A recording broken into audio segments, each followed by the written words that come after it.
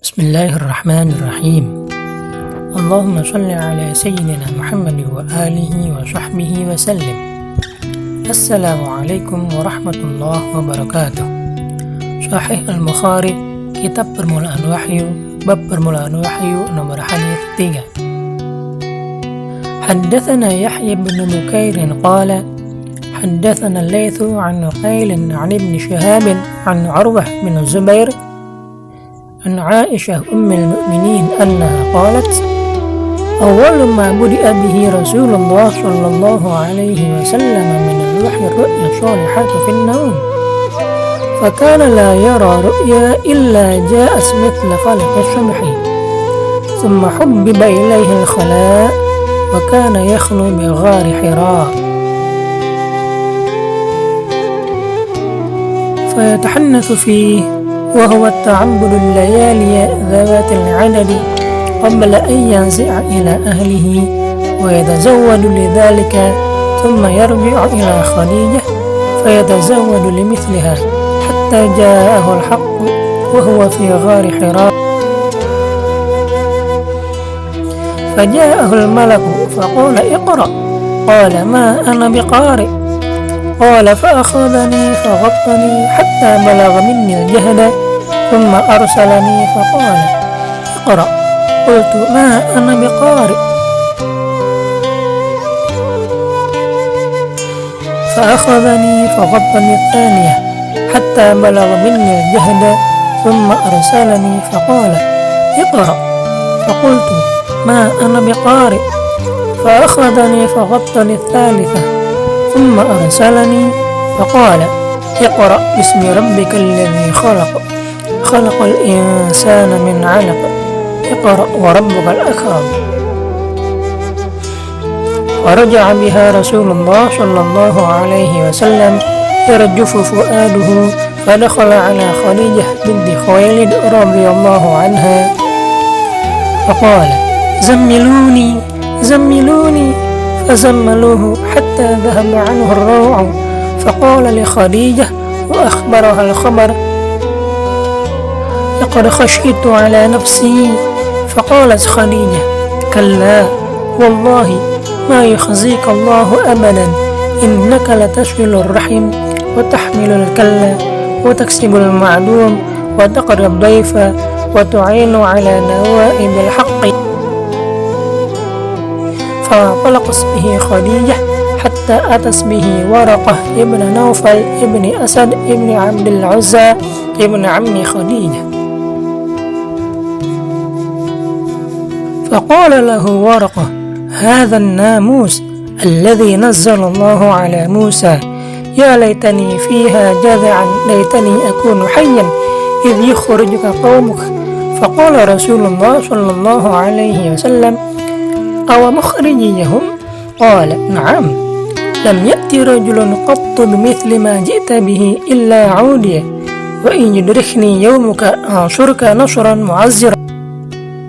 ثم لم ينشب ورقة أن توفي وفتر الوحي. قال ابن شهاب: وأخبرني أبو سلمة ابن عبد الرحمن أن جابر بن عبد الله الأنصاري قال وهو يحدث عن فترة الوحي، فقال في حديثه: بين أنا أمشي إذ سمعت صوتا من السماء، فرفعت بصري فإذا الملك الذي جاءني بحراء جالس على كرسي بين السماء والأرض، فرعبت منه فرجعت فقلت: زملوني زملوني. فأنزل الله تعالى: يا أيها المدثر قم فأنذر، إلى قوله: والرجز فاهجر. فحمل الوحي تابعه عبد الله بن يوسف وأبو صالح، وتابعه هلال بن رداد عن الزهري، وقال يونس ومعمر ووادر.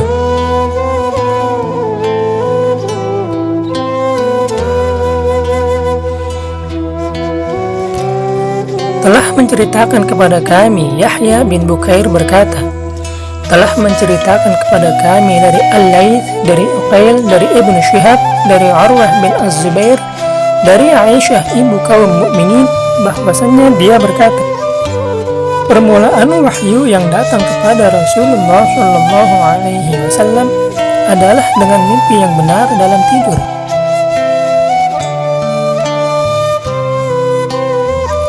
Dan tidaklah beliau bermimpi kecuali datang seperti cahaya subuh.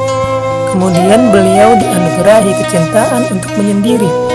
Lalu beliau memilih Gua Hira dan bertahanus, yaitu ibadah di malam hari dalam beberapa waktu lamanya, sebelum kemudian kembali kepada keluarganya guna mempersiapkan bekal untuk bertahanus kembali.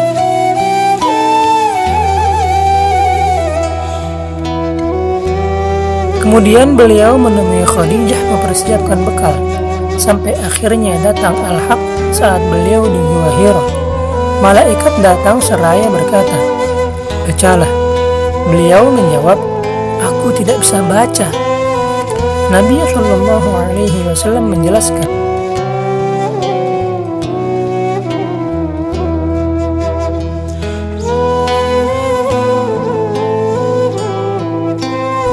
maka malaikat itu memegangku dan memelukku sangat kuat, kemudian melepaskanku dan berkata lagi, "Bacalah."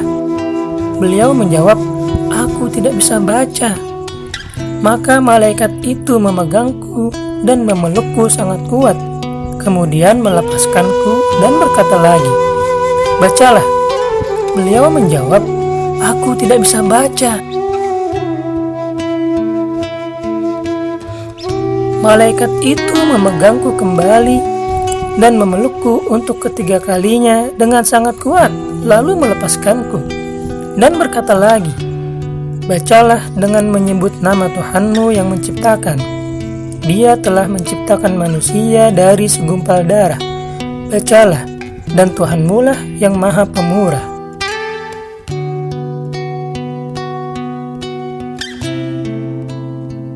Nabi Shallallahu Alaihi Wasallam kembali kepada keluarganya dengan membawa kalimat wahyu tadi dalam keadaan gelisah. Beliau menemui Khadijah binti Khuwailid seraya berkata, "Selimuti aku, selimuti aku." Beliau pun diselimuti hingga hilang ketakutannya. Lalu beliau menceritakan peristiwa yang terjadi kepada Khadijah. "Aku mengkhawatirkan diriku." Maka Khadijah berkata, "Demi Allah, Allah tidak akan mencelakakanmu selamanya, karena engkau adalah orang yang menyambung silaturahim."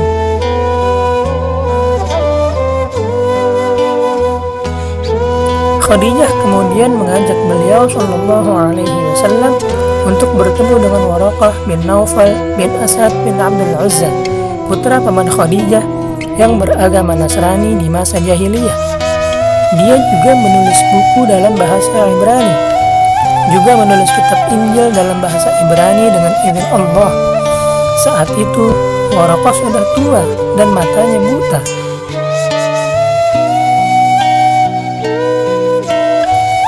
Khadijah berkata, "Wahai putra pamanku, dengarkanlah apa yang akan disampaikan oleh putra saudaramu ini."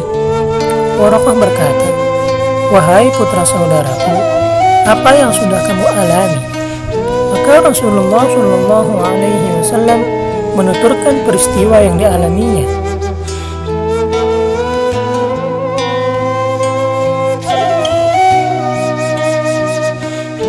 Waraqah berkata, "Ini adalah namus, seperti yang pernah Allah turunkan kepada Musa. Duhai, seandainya aku masih muda dan aku masih hidup saat kamu nanti diusir oleh kaummu." Rasulullah Shallallahu Alaihi Wasallam bertanya, "Apakah aku akan diusir mereka?" Waraqah menjawab, "Iya."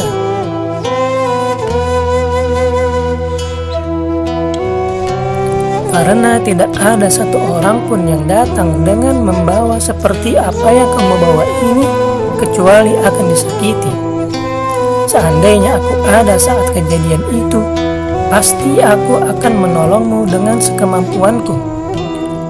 Waraqah tidak mengalami peristiwa yang diyakininya tersebut karena lebih dahulu meninggal dunia pada masa fatrah atau kekosongan wahyu.